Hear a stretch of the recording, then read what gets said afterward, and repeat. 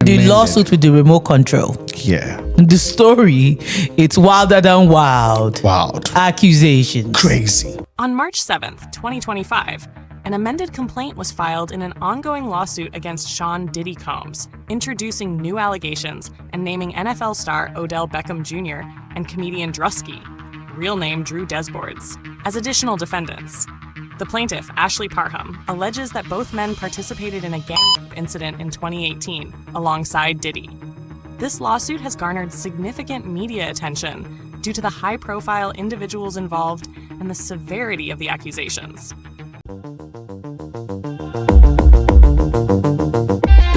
JEJE Vibe. It's JEJE Vibe. You know it's JEJE Vibe. Oh, JEJE. Can you all feel the vibe? It's JEJE Vibe. JEJE Vibe, JEJE Vibe, JEJE Vibe, JEJE Vibe. Ladies and gentlemen, you're welcome to JEJE Vibe. We back it back. You know I got the amazing queen with me. As always. Today we gotta be talking, or we have to talk about Diddy. Oh my God. We have a playlist for Diddy. Man, another lawsuit again, an amended lawsuit this time. Because this lawsuit is not new. No, it's not. It's just been The amended. lawsuit with the remote control. Yeah. The story, it's wilder than wild. Wild. Accusations. Crazy. The accuser is named Ashley Parham, and she has agreed to allow her name to be made public. Let's be real clear about that. She is going public with her name. She says that in February of 2018, she met a man named Shane Pierce at a bar, and that Shane FaceTimed Diddy outside on the sidewalk, apparently trying to impress her. But Ashley Parham says that she told both Shane and Diddy on FaceTime that she wasn't impressed. And this is important. She says she believed that Diddy had something to do with the murder of Tupac Shakur and said as much. Allegedly, Diddy warned her that she would pay for saying something like that. So let's just fast forward now to a month later, where she says this guy Shane invited her to come to his apartment. And the lawsuit says, quote, plaintiff and defendant Shane then began to watch a movie, and defendant Shane offered her a glass of water, which he retrieved and brought back to the plaintiff.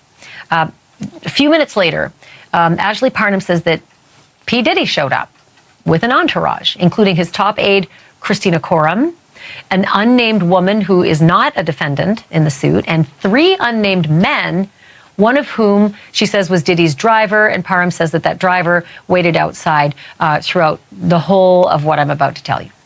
Parham says that Diddy was antagonistic from the start and that he put a knife to her face. Wilder than wild accusations. Like this is like a movie. A movie on its own. On a movie on a movie. Like, what are we doing? And not just movie for anybody. Like this is crazy rated movie. Crazy rated. Crazy. And now this is where I start reading directly from the complaint. Defendant Shane then partially undressed plaintiff, and then defendant Diddy removed the remainder of plaintiff's clothing, removing the knife from her face, and then retrieved a bottle of liquid from a large fanny pack. Defendant Diddy then squirted a bottle of liquid on plaintiff, which placed her in fear that she was being squirted with a chemical substance like acid. Plaintiff soon realized the substance was an oil/lubricant. Plaintiff was squirted with this liquid substance all over the entirety of her naked body. Defendant KK was then told by defendant Diddy to insert what looked like a syringe from sterile packaging into plaintiff's vagina. Defendant KK did as told, and then told defendant Diddy that she was unable to use the IUD because it had prematurely been released from its packaging, and an IUD is a birth control device. Defendant Diddy, upset by this, took the so-called syringe from defendant KK and tried inserting it into plaintiff's instead. Defendant KK and Diddy began to argue as defendant KK continued to advise defendant Diddy that since the IUD had been prematurely released from its packaging, there was no way they could insert it into plaintiff's effectively. After some time, defendant Diddy heeded the advice of defendant KK and removed the syringe from plaintiff's vagina and handed it to defendant KK. Defendants KK and Jane Doe then exited defendant Shane's residence, leaving the plaintiff alone with defendants Diddy, Shane, and Doe's number 1 and 2. Defendant Diddy then picked up a television remote that was near to plaintiff and violently inserted it into plaintiff's vagina. From rushing out to Oh my God.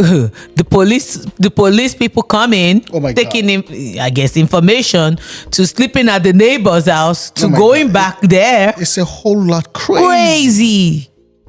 She says the gang rape happened at the home of a mutual acquaintance in the Bay Area back in 2018. She says that Sean Combs singled her out because she publicly disrespected him in a FaceTime call and accused him of orchestrating the murder of Tupac Shakur. She says that Combs and 3 other men raped her, the other men acting on Diddy's orders. She also claims that members of Combs' entourage stood by, even helped out in the assault. Afterward, she says everybody simply hung around drinking and smoking as though nothing had happened. And even though she was drugged, she says it soon wore off and that scuffles eventually broke out, during which shots were actually fired. She even claims that she slashed at Diddy with a knife. A neighbor heard the ruckus and called the police, but Parham says the officers who showed up from the Contra Costa Sheriff's Department didn't offer to help her. She says she didn't believe they ever even investigated. The department, however, says this, and I quote, "A report was taken on March 23rd, 2018. We take these cases and accusations seriously, and detectives thoroughly investigated the accusations. It was later determined the claims were unfounded." And a new defendant has been mentioned. Or Defendant multiple Diddy. defendants. We know defendant Diddy. Now we have Odell Beckham. Now we have Druski from Could Have Been. Oh yeah, the guy with the shitty show now. Crazy. On March 7th, 2025, an amended complaint was filed in an ongoing lawsuit against Sean Diddy Combs, introducing new allegations and naming NFL star Odell Beckham Jr. and comedian Druski, real name Drew Desbords, as additional defendants. The plaintiff, Ashley Parham, alleges that both men participated in a gang rape incident in 2018 alongside Diddy. This lawsuit has garnered significant media attention due to the high-profile individuals involved and the severity of the accusations. And we also have Jaguar Wright. Ain't that Mentioned. something? This is a whole different drama. This is crazy.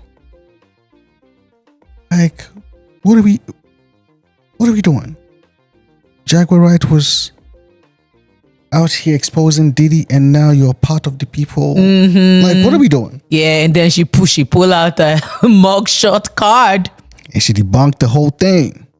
Prison documents which her friends posted back in 2018 that have resurfaced amidst the conversation of this lawsuit prove that Jaguar was not there at the time that she was accused of doing all of this stuff, because she, as her friends have posted, was in Chicago in Cook County Jail, and she wasn't just there for 2 or 3 days, you know, where you would think that she would have run out of jail and then gone and met Diddy. She was in jail for an entire month and only was released around April 11th or the 12th, which means that the particular dates that Ashley Parham is citing in the lawsuit for where Jaguar was part of this, she was in jail for those dates. So therefore, it can't be possible that she was in both places at the same time.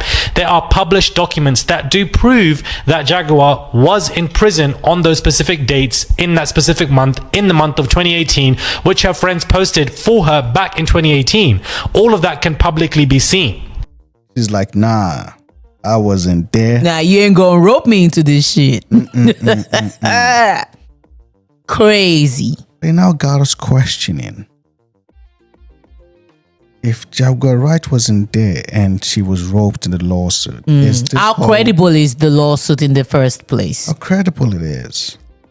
Like, it just looked like everybody just coming out with, Some made up lawsuits now. let me make this whole lawsuit spicy. Say some crazy shit. I think everybody got the handbook from the Rodney lawsuits. Say a lot of things in the lawsuit and get everybody. But I think the same thing was with Cassie. Cassie put the whole thing out there. Yeah. So everybody's down like. But the thing about it is that you can't deny the fact that this lawsuit don't have elements of truth in it now. What do we know that is true? We're not there. That too. Everybody now is going. But then again, there are several stories too that isn't circulating the ethos about these people's shenanigans now. Facts. Odell Beckham, there's still elements of truth. Yeah. So even if some, I would say elements of truth, but I would say like you can't say because we saw somebody doing one thing, then possibly they could do something out there like. Nah, but then again, if there are, I would say it again. If there's maybe questionable. No. If one person accuses you of doing something, they say, oh, okay, that person doesn't lie. If second person now comes and accuses you now, you're like, oh, okay, maybe it's not a lie. But now it's looking like 3, 4, 5, 20 something. Yeah. And the Diddy case is just crazy. Ashley Parham originally filed her lawsuit against Sean Combs in October 2024, alleging that he raped her in 2018. According to court documents, the alleged assault took place after Parham made comments about Diddy's potential involvement in Tupac Shakur's murder during a FaceTime call. Her claims set off a series of legal actions, placing Combs under intense scrutiny. Parham's lawsuit comes amid a broader wave of litigation against the music mogul, who is already facing federal charges of sex trafficking and racketeering. More than 50 accusers have filed lawsuits against Combs, alleging various forms of sexual misconduct. As of now, Combs remains in custody after being denied bail, and he has pleaded not guilty to the federal charges. And we've had so many episodes on Diddy. It just looks like and not even just that, we have seen several videos of how some of these people, as much as they try to hide their shenanigans, is still in the ethos too. Still in the ethos. Still out there. So there've been. So you cannot tell me that the things I see in the ethos are not true. But we don't know. We'll still give them the benefit to defend themselves. According to the so-called law. Yeah, you're innocent until proven guilty. So Diddy is still out here. His trial is going to start very soon. So we'll get to see and find out maybe more or even whatever. So if he's free, if he beats the law, or whatever happens, they still have that. They should have their day in court. Hey, we're observing. We are observing. And they are going to turn to content. Crazy thoughts. So what do you guys think? This new lawsuits, Druski mentioned, Odell Beckham mentioned. Druski, like it's questionable. The amended complaint lays out disturbing allegations against comedian Druski. Parham accuses him of actively participating in the assault by pouring lubricant on her, jumping on top of her naked body, and using her body like a slip and slide before f***ing her vaginally. Druski, who was not previously implicated in any similar cases, has strongly denied these accusations. The lawsuit identifies Odell Beckham Jr. by his middle name, Cornelius, a detail that reportedly emerged during the alleged assault. Defendants in the case referred to Beckham as Cornelius in the filings, adding another layer of complexity to the allegations. Beckham, a widely recognized NFL star, has vehemently denied any involvement, expressing his disbelief at being named in the lawsuit. Both Druski and Beckham have issued public statements denying the allegations.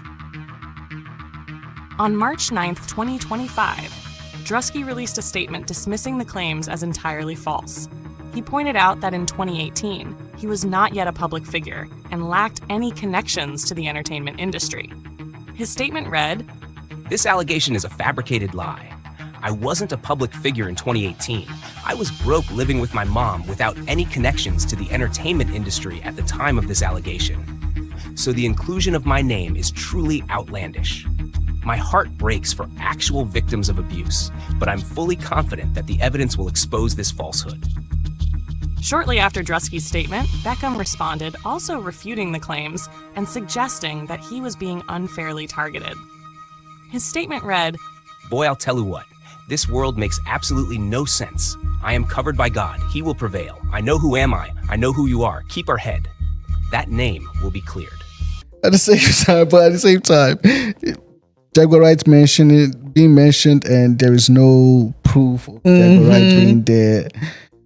We'll see how it all plays out. The remote control story that happened in the living room now extended to the backyard. And Diddy's mom too is mentioned too. Crazy. So it's crazy. There's a whole lot. Big homie CC, the bodyguard, is also mentioned. And he has also been as a on person now, platforms. as a victim now, you cannot be coming with such wilder than wild accusations. She mentioned a whole lot of names.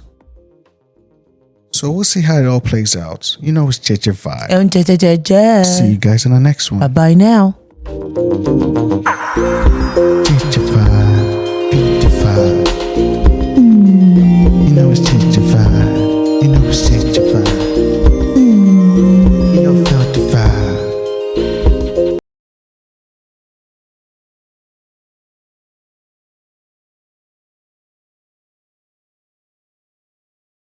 A young woman who says she was brutally gang raped by Sean Diddy Combs and his entourage. She says it happened one terrifying night back in 2018. Her recall is crystal clear and specific. And if true, it represents one of the more disturbing assaults that Sean Combs, Diddy, is alleged to have committed. What's different about this accuser, Ashley Parham, is just that, her name. It's front and center. She chose not to remain anonymous in her lawsuit like so many others have. What's also different is that she wasn't at a party. She wasn't even in the entertainment world. In fact, she says she's never even met Sean Combs in person before this had happened. Her 62-page complaint is filled with details and is one of at least 25 lawsuits that Diddy is now facing, in addition to facing federal criminal charges that could put him away for life. I read a lot of those details right here on the air the night that lawsuit was filed. But tonight, Ashley Parham is here to fill in some blanks. As a recap, she says the gang rape happened at the home of a mutual acquaintance in the Bay Area back in 2018. She says that Sean Combs singled her out because she publicly disrespected him in a FaceTime call and accused him of orchestrating the murder of Tupac Shakur. She says that Combs and 3 other men raped her, the other men acting on Diddy's orders. She also claims that members of Combs' entourage stood by, even helped out in the assault. Afterward, she says everybody simply hung around drinking and smoking as though nothing had happened. And even though she was drugged, she says it soon wore off and that scuffles eventually broke out, during which shots were actually fired. She even claims that she slashed at Diddy with a knife. A neighbor heard the ruckus and called the police, but Parham says the officers who showed up from the Contra Costa Sheriff's Department didn't offer to help her. She says she didn't believe they ever even investigated. The department, however, says this, and I quote, "A report was taken on March 23rd, 2018. We take these cases and accusations seriously, and detectives thoroughly investigated the accusations. It was later determined the claims were unfounded." Which brings me to tonight. Months after putting her name on a highly explicit, exhaustively detailed court filing, Ashley Parham has decided to go on national television and answer questions about it. She asked us if we could conceal her face, and we agreed. She also wanted to be joined by her attorney, Ariel Mitchell. Here's our conversation. Ashley and Ariel, thank you very much for doing this. I know this is extremely sensitive. I'll ask the questions best I can, and I'll challenge the best I can, understanding that this is delicate information. With that in mind, Ashley, can you tell me how you first even came into contact and came to know Sean Combs? I met a man named Shane Pierce at the bar, and outside of the bar, he had Sean Combs on a FaceTime phone call, and he overheard me saying I wasn't impressed by him and wasn't a fan, and that I thought he killed Tupac. And do you believe that that's what started all of this, that perhaps Sean Combs had a grudge, just hearing that you believed he was Tupac's killer? Yeah, I think that's what started it. Because that's when he threatened me, that he was going to come after me. And he threatened he was going to eat my face, so I didn't take him seriously. I just thought he was a bizarre human being. At what point did you come into actual physical contact? Did you see him face to face for the first time? What were the circumstances? It was when Shane Pierce had called me, and he claimed he wasn't feeling well from his cancer treatment and he needed help opening his medication. So I went over there to help him out, and it turned out he was just fine and he didn't need my help. It was weird. He wanted to show me his new car, and he took me on a short drive around the Renda Hills, and then we got back to his little bachelor pad in the house, and he offered me a glass of water, and I drank it, and I started to feel a little bit off. And then I heard a bunch of people coming down the stairs, and it was Sean Combs and a whole bunch of people who just busted in the door, and just in a boisterous manner and acting. He said something like, "Bet you didn't think you were ever going to see me," and I was just in complete shock and frozen. And what happened next?